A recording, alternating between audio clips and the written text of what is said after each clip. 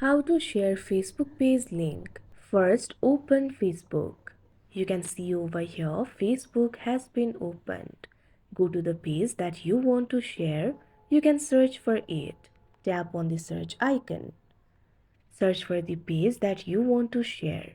See the results. Tap on the page of your choice. Now you can see the page. Tap on the three dots that you can see at the top right corner of your screen.